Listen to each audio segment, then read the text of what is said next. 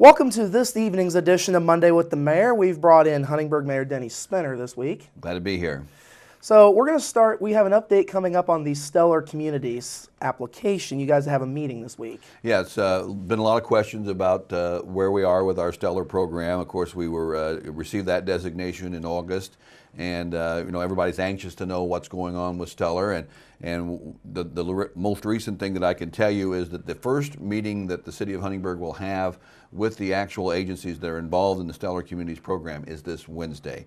We will have our core committee from our Stellar group going to Indianapolis on Wednesday morning to meet with the housing, the Indiana Housing Authority, OCRA, and NDOT officials and folks from the Lieutenant Governor's office to really, for the first time, go through our complete application with those funding agencies. So what we'll be doing at that time is we'll be going through project for project, looking at sources of funding for each of those, where the money falls from the state, how the state money ties together with the local funds, and exactly kind of lay out a plan, a timetable, so to speak, of how those projects will move forward. Because there are projects that are using both local and state funding that we have to coordinate those projects together, where some projects the city money may lead the state money, and other projects are the other way around. The state project goes first, followed by the city project. So as for getting a timeline together, this meeting on Wednesday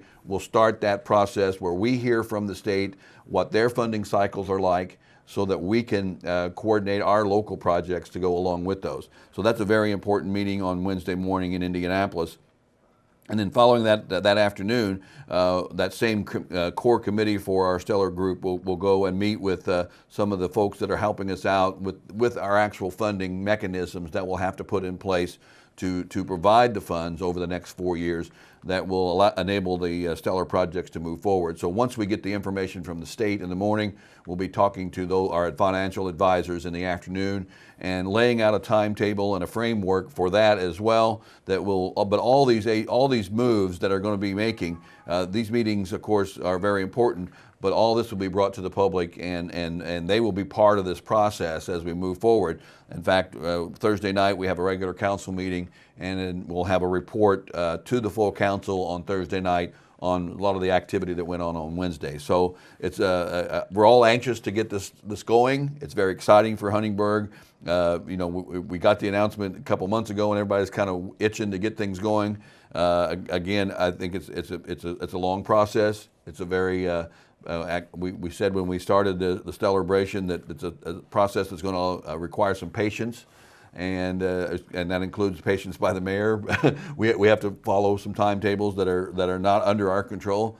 But the thing that I can say is that the positive momentum that we have is continuing, and we'll be able hopefully to report in the next couple of weeks exactly some of the things that will maybe be able to identify what our first real project will be, and get the process moving. But it's going to be an important meeting, more important day on Wednesday. Yeah, very rewarding part of the process. Oh yes, and it's nice to see in some preliminary meetings with state agencies that are involved and communication with them over the last couple of months.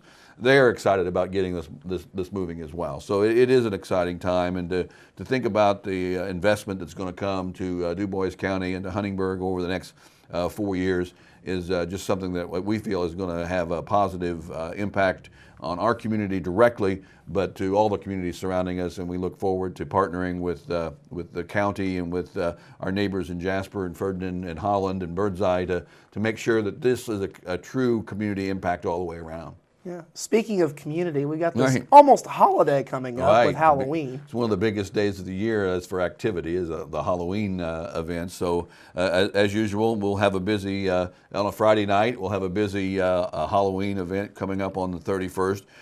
The trick-or-treating hours, the official hours for the city of Huntingburg are again from 5:30 to 8 p.m. That's when trick-or-treating will take place on the 31st. If you want the trick-or-treaters to come to your home, have your porch light on, and they will come by and do that. Another event that's directly related to the city is our volunteer fire department. Over the last several years has had the fire department open there on 1st Street during the trick-or-treating hours. Treats will be there. An opportunity for a lot of kids, and I know most kids love fire trucks. And it's something that just kids love to see fire trucks and meet firemen. They're a great service to our community, and it's an opportunity for our firemen to get to know some of the kids and to show off, the quality department that we have. There'll be treats and things for the kids to do at the fire department, also during those trick-or-treating hours. So if you're down on First Street, right there at First Street, next to the police station, the fire department will be open.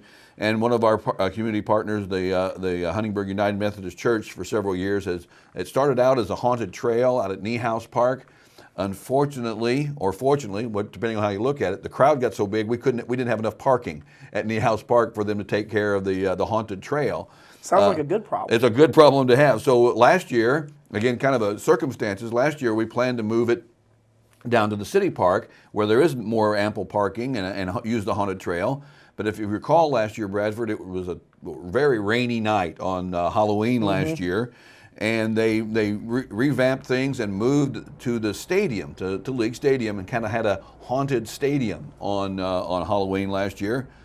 And it was it worked very well. So it's kind of a cool idea now that's come around. They'll have the haunted stadium again on Friday night, and partnering with the Methodist Church to do that. So it'll be an opportunity for the kids to walk through the stadium and pick up some treats and some goodies, and perhaps get a little scary activity going on. So come on down to the city park. You come down First Street and stop at the fire station and head on down to the park and go to the stadium, and it should be a nice fun evening for everyone. Yeah, make sure you don't eat too much candy. That's the bad part. That's later. That's after collect all the candy, and then. Well, I always did that when I went trick-or-treating. Had way too much candy. Yeah, well. Took about 4 weeks to eat all of it.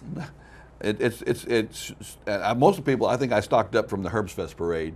So there you go. From all the candy that was thrown, and then I can now give that away on Halloween. Yeah, there is plenty of candy thrown out at parades around here. Mayor, we appreciate your time as always. Thank you very much, Bradford. That's been our Monday with the Mayor conversation. We're back after this.